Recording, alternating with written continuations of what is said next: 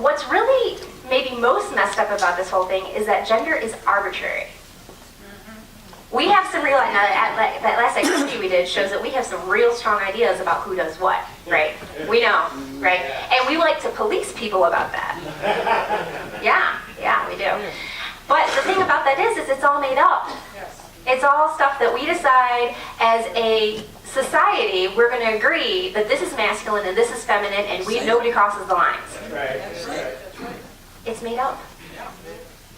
Did you know that less than 100 years ago, just before World War I, is when gender-specific clothing actually became a thing for babies?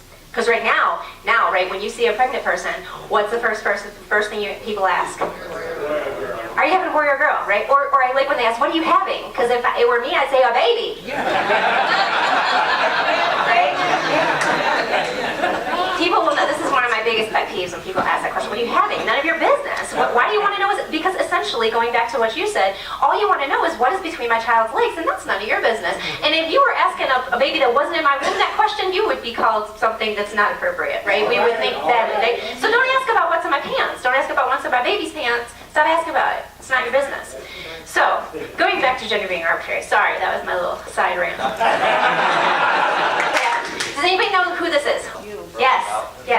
Franklin Delano Roosevelt in 1884, because at that time, that was the social standard, was to dress all children, regardless of their gender, in white dresses, because they can be bleached. It's reasonable. You can wash them easily, they can be bleached, just like diapers. And they've dressed them in white until the age of 6 or 7, which is also when they had their first haircut. That was 1884. This is 1905, a picture of a sister and a brother dressed in white dresses of appropriate length based on their age.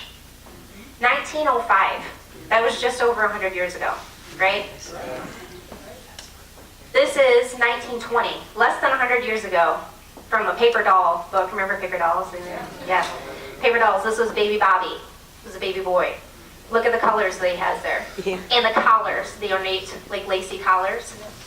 That was in 1920. And just as recently as 1918, there was an article in a trade publication called Earnshaw's Infants Department that said, the generally accepted rule is pink for the boys and blue for the girls. The reason is that pink, being a more decided and stronger color, is more suitable for the boy, while blue, which is more delicate and dainty, is pretty for the girl. That was less than 100 years ago. Now, heaven forbid we should buy anything blue for a baby girl, right? Or vice versa, buy something pink for a baby boy. So this all lends to my idea that it's all arbitrary. It's all made up. It's all something being masculine or being feminine is only true to the extent to which we are all willing to agree that it is.